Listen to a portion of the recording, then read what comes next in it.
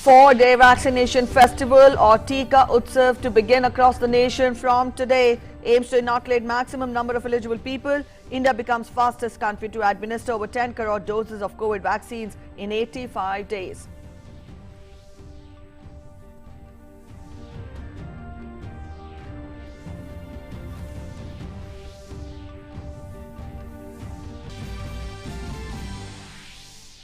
Union Minister Prakash Javadekar and Maharashtra Deputy Chief Minister Ajit Pawar review COVID situation in Pune. Javadekar says centre is helping Maharashtra procure 1,121 ventilators to meet shortage, directs state government to optimally distribute stock in hand of 15.63 lakh doses of COVID vaccine.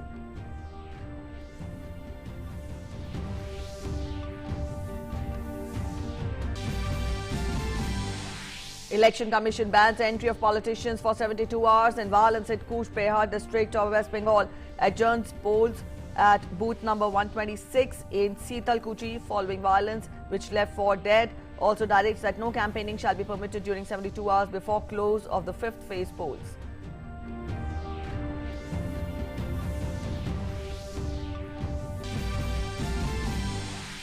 Over 76% polling reported in 4th phase of West Bengal Assembly elections.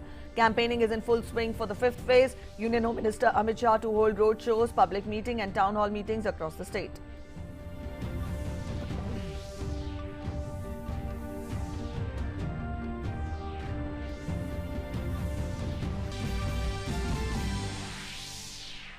Central government reiterates readiness for talks with agitating farmers. Union Agriculture Minister Narendra Singh Tomar says farmers should withdraw the agitation in the wake of increasing COVID cases.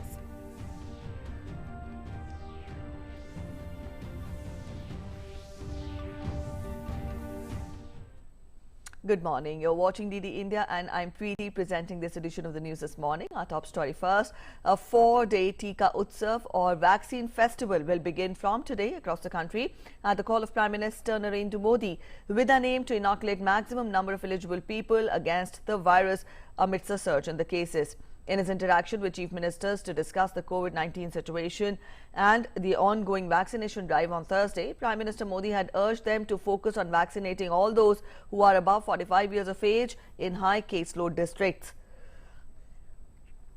The Prime Minister had said that the birth anniversary of Jyotiba Phule is on April 11th and on April 14th there is birth anniversary of Baba Saheb. This he urged to organize a vaccine festival and create an atmosphere of Tika Utsav. The main objective of the vaccine festival is to vaccinate as many eligible people through a special campaign and decide on zero wastage, as this will increase our vaccination capacity. मैं एक सुझाव देता हूं क्योंकि ये कभी-कभी वातावरण बदलने के लिए चीजें बहुत काम आती हैं। 11 अप्रैल ज्योतिबा फुले जी की जन्म जयंती है और 14 अप्रैल बाबा साहब आंबेडकर जी की जन्म जयंती है। क्या हम 11 अप्रैल से 14 अप्रैल पूरे अपने राज्य में टीका उत्सव मना सकते हैं? एक पूरा वातावरण क्रिएट कर सकते हैं टीका उत्सव का। एक विशेष अभियान चलाकर हम ज्यादा से ज्यादा एलिजिबल लोगों को वैक्सीनेट करें, जीरो वेस्टेज तय करें हम। 3-4 दिन जो है टीका उत्सव में जीरो वेस्टेज होगा, वो भी हमारी वैक्सीनेशन कैपेसिटी को बढ़ा देगा। Union Minister Prakash Javadekar and Deputy Chief Minister of Maharashtra Ajit Pawar yesterday reviewed the COVID situation in Pune. Briefing media persons after the meeting, the minister said that the centre is helping Maharashtra procure 1,121 ventilators to meet the shortage. He further added that the centre will also help Maharashtra in increasing oxygen supply for COVID care. Javadekar added that 30 central teams are already in various districts of Maharashtra, including Pune, guiding and assisting the state health machinery in controlling the pandemic. About the vaccine issue, Prakash Javadekar said that Maharashtra has a stock in hand of 15.63 lakh doses of COVID vaccine and the same should be optimally distributed. At the meeting, Ajit Pawar said that the next 15 days are crucial for Pune as well as the state and urged people to join hands in breaking the chain of infection.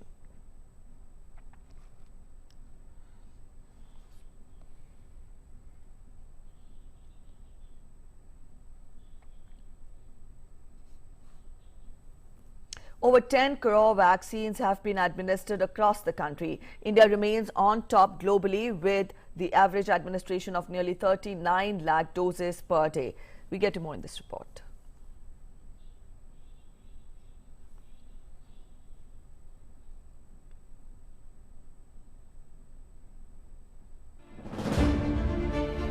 The roads are partially empty and the traffic is lower than usual.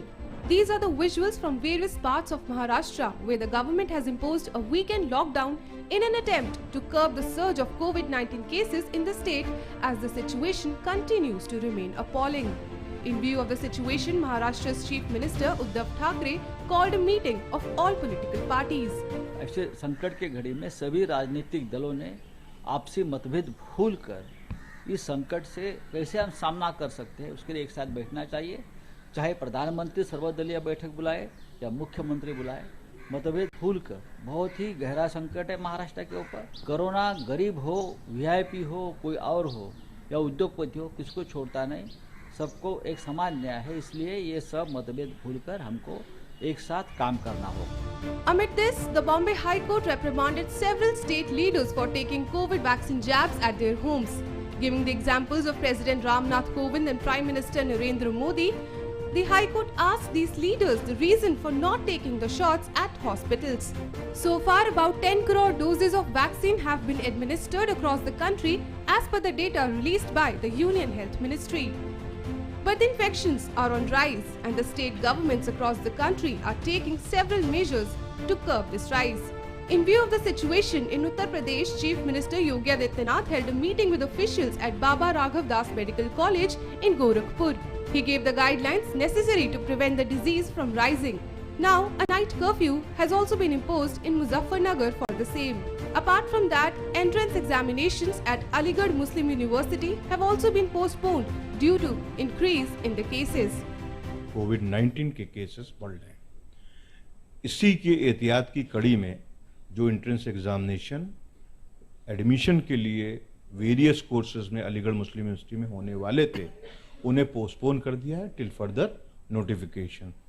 साथ में जो fresh schedule of the entrance examination है वो हम जल्दी अब upload करेंगे हमारी जो ऑफिशियल वेबसाइट है amucontrollerexams.com.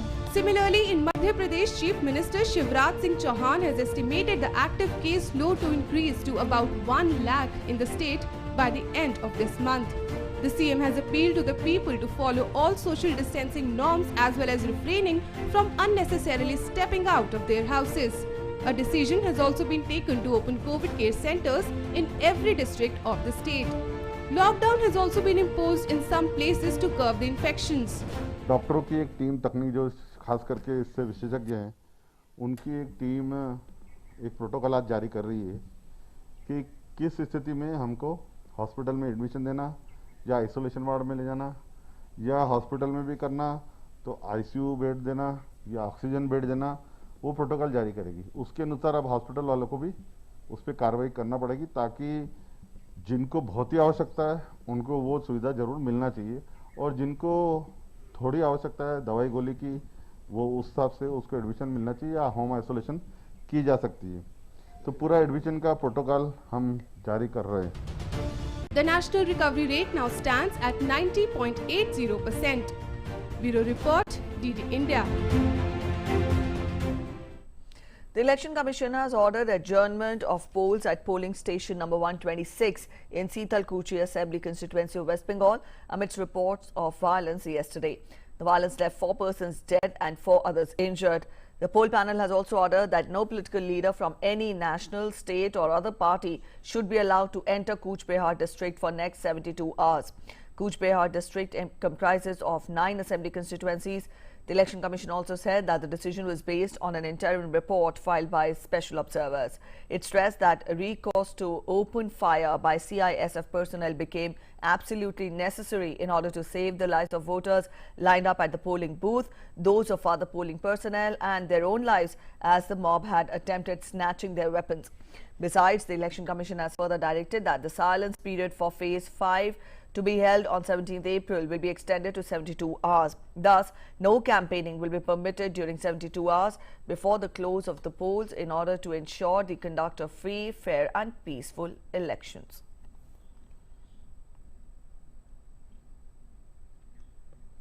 Campaigning is in full swing for the fifth phase of assembly elections in West Bengal. Top leaders of various political parties are crisscrossing the poll-bound constituencies in West Bengal. Union Home Minister Amit Shah will hold several roadshows in Santipur, Ranaghat, Dakshin and Panihati. He will also hold a public meeting in Basirhat, Dakshin, besides holding town hall meeting in Kamarhati and Rajarhat Gopalpur. Meanwhile, the fourth phase of assembly polls in West Bengal saw a huge voter turnout of over 76%. Polling took place for 44 seats with strict adherence to COVID-19 protocols. There was an unfortunate incident of violence at a polling booth in Cooch Behar in which 4 people were killed. Both BJP and TMC delegations met the Election Commission and demanded a probe into the matter. Visuals from 5 different districts of West Bengal show people's enthusiasm for participation in the electoral process. Despite the fear of global pandemic, the fourth phase of assembly polls in the state witnessed enthusiastic participation of people in the polling process. Long queues of voters were seen since morning at the polling stations. Young and old, men and women, all took part in this festival of democracy. Polling was held for 44 seats in the fourth phase of polls in West Bengal on Saturday. These include 9 seats in Howrah, 11 in South 24 Parganas, 10 in Hooghly, 5 in Alipurduar and 9 seats in Cooch Behar. Healthy voter turnout was registered almost everywhere. However, 4 people were killed in firing following violence at a polling booth in Cooch Behar. जो लोग थे उधर सोचे गांव वाले कि उसको CISF ने कोई मतलब मारा पीटा कुछ ऐसे कुछ र्यूमर फैल गया था. वो गांव से आके 300-350 आदमी उसके ऊपर अटैक किए थे. बहुत सारा हैंडमेड जो वेपन्स होते हैं जो महिला यूज़ करते हैं उसके द्वारा अटैक हुआ था. राइफल छीनने का कोशिश किया गया. एक साथ मिलके उसके साथ बहुत ज़्यादा स्कफलिंग, मारामारी, झमेला ये सब चल रहा था. उस टाइम उसका जब राइफल छीनने का कोशिश किया और बूथ में के अंदर में घुसने का कोशिश किया तब ये घटना घटा और सीआईएसएफ फायरिंग चालू किया. Following the incident, the Election Commission has ordered the adjournment of polls there.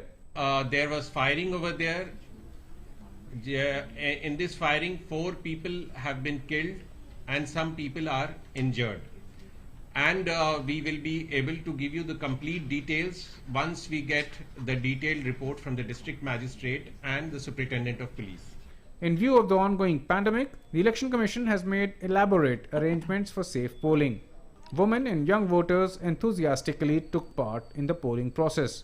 Following violence in Cooch Behar, a delegation of BJP and Trinamool Congress met the Election Commission separately in Kolkata and demanded an inquiry into the matter. कि coach Bihar जिले के शीतलकुची जो विधानसभा है वहां सुबह सुबह अपना मतदान करने के लिए पहुंचा हमारे समर्थक था आनंद वर्मन जी.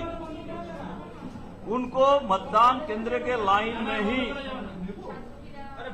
गोली मार दिया गया और उनको न्याय मिले और अगला चुनाव में 6ठा 7वां 8वां चुनाव जो फेज है इसमें जैसे पहले का चुनाव हुआ ऐसे ही एकदम अच्छे ढंग से चुनाव हो यही निवेदन लेके हम लोग चुनाव के पास आए थे. We'll appeal on all people to cast your vote peacefully. There will be no problem, and I think Election Commission must take care of that, so that they should not behave like one-sided people. They should behave like a democrat to save the democracy. And we will appeal the people, and on behalf of my government, I appeal all of the people to behave, to vote for democracy, to vote for peace, to vote for development. After the conclusion of fourth phase, all eyes will be on the remaining 4 phases of polls in West Bengal. Counting of votes will take place on 2nd May 2021. Bureau Report, DD India. Amidst a rising number of COVID-19 cases in the country, Union Agriculture Minister Narendra Singh Tomar urged the protesting farmers agitating at Delhi borders against the farm laws to call off their protests. He once again reiterated the government's readiness for a discussion whenever they come with a concrete proposal, saying that the door is always open for them. He also appealed to the farmers to call off their long-running agitation. मैं आपके माध्यम से किसान संगठनों को कहना चाहता हूं कि वो आंदोलन का रास्ता छोड़ें। सरकार चर्चा करने के लिए तैयार है, वो अपना प्रस्ताव लेकर आएं, हम लोग मिल बैठकर चर्चा करेंगे और मुद्दों का समाधान करेंगे। आज कोविड का संकट भी है और इतनी बड़ी भारी भीड़ में लोग बैठे हुए हैं। इस धरने के कारण, रास्ता जाम के कारण दूसरे नागरिकों के मौलिक अधिकारों का भी हनन हो रहा है, वो भी परेशानी भुगत रहे हैं और इसलिए हमको यूनियंस को बड़े मन से विचार करके आंदोलन को स्थगित करना चाहिए, कोविड प्रोटोकॉल का पालन करना चाहिए और जब भी वो आएंगे तो भारत सरकार उनके साथ पूरे सम्मान के साथ और पूरे व्यापक दृष्टिकोण के आधार पर खुले मन से चर्चा करने के लिए तैयार है।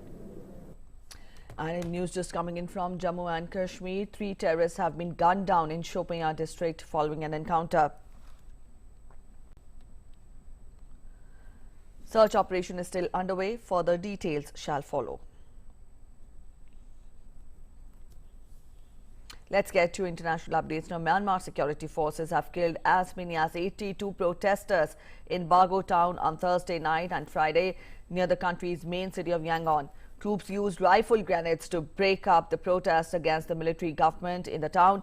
The United Nations in Myanmar on Saturday said that it is following the events in Bago with reports of heavy artillery being used against civilians and medical treatment being denied to those injured.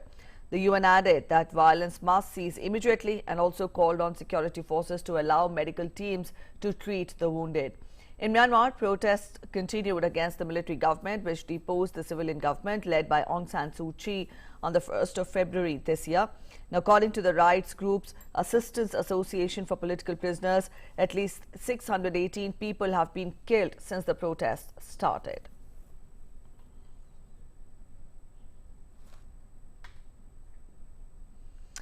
Iran on Saturday announced that his country has started advanced uranium enrichment centrifuges in a breach of its undertakings under a troubled 2015 nuclear deal.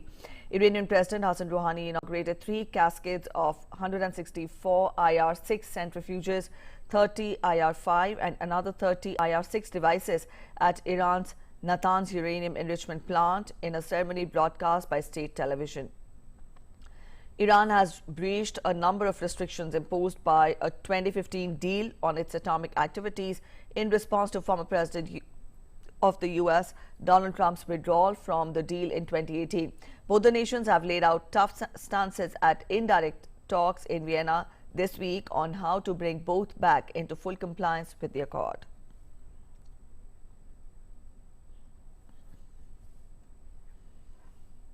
Turkish President Tayyip Erdogan on Saturday met his Ukrainian counterpart in Istanbul. During the meeting, the Turkish president called for the worrying developments in eastern Ukraine's Donbas region to come to an end and even said that Turkey was ready to provide any necessary support. The meeting between both the leaders lasted for over 3 hours. Kyiv has raised the alarm over a build-up of Russian forces near the border between Ukraine and Russia, and also over a rise in violence along the line of contact separating Ukrainian troops and Russia-backed separatists in Donbas. The Kremlin denies its troops are a threat, but says that they will remain as long as it sees fit.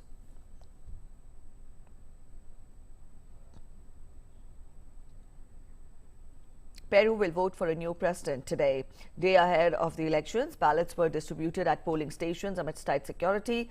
The election comes at a time of a deadly surge in the COVID cases and is held under the long shadow of a constitutional crisis last year that saw the Andean nation go through 3 leaders in a week. In the final pre-election polls, Keiko Fujimori, daughter of the imprisoned ex-president Alberto Fujimori, has climbed to the top of the pack, but with a slim lead. A radical leftist professor, Pedro Castillo, has also shot up. No candidate has more than 13% of the voting intention, and no vote still remains the most popular single choice. There are 18 presidential candidates, and Peruvians will also elect 130 members of the unicameral Congress.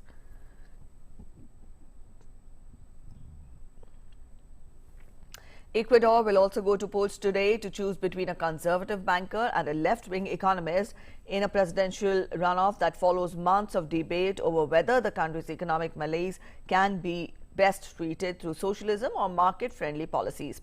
The ballot were distributed under careful watch of the military. Polls broadly indicate socialist Andres Arauz, a protege of former President Rafael Correa, with a lead over rival Guillermo Lasso, with many showing a quarter or more of the electorate either undecided or planning to spoil their ballot.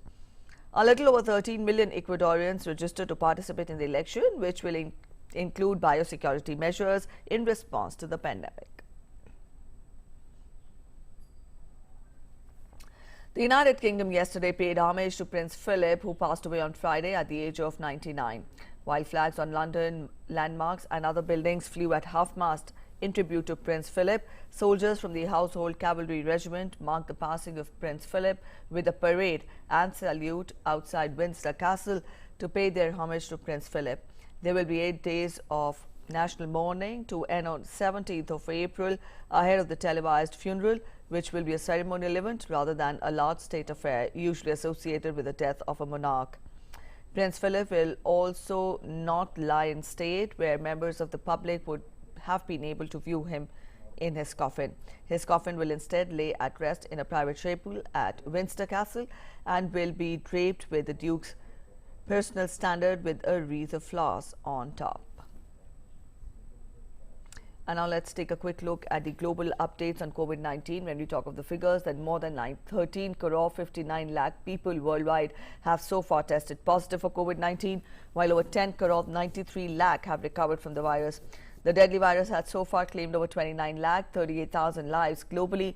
The United States continues to be the worst affected country by the pandemic. So far, more than 3 crore 18 lakh people have tested positive for COVID in the US. More than 5,75,000 people have died of COVID in the country. Let's get you some sports news now. Real Madrid moved to the top of La Liga with a 2-1 victory over eternal rivals Barcelona in a thrilling Clásico. Barcelona were awful in the first half and conceded 2 goals, and despite a better second period in the Blaugrana, could only score once and have now dropped to third in the table after their first La Liga loss in 20 matches. The home team were lethal from the start, exploiting all the space left by Barca and creating really good chances. Karim Benzema scored the first with a cheeky back heel, and Toni Kroos made it 2-0 with a free kick. While in the second half, Barca scored quickly as Oscar Mingueza was at the end of a cross from Jordi Alba to make it 2-1.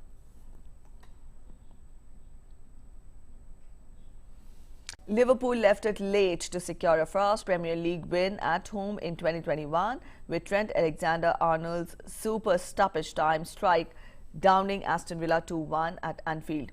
The Reds rallied from a goal down to secure 3 crucial points in the terms of top 4 battle, while the result is also a timely boost with the Champions League second leg against Real Madrid coming up in midweek.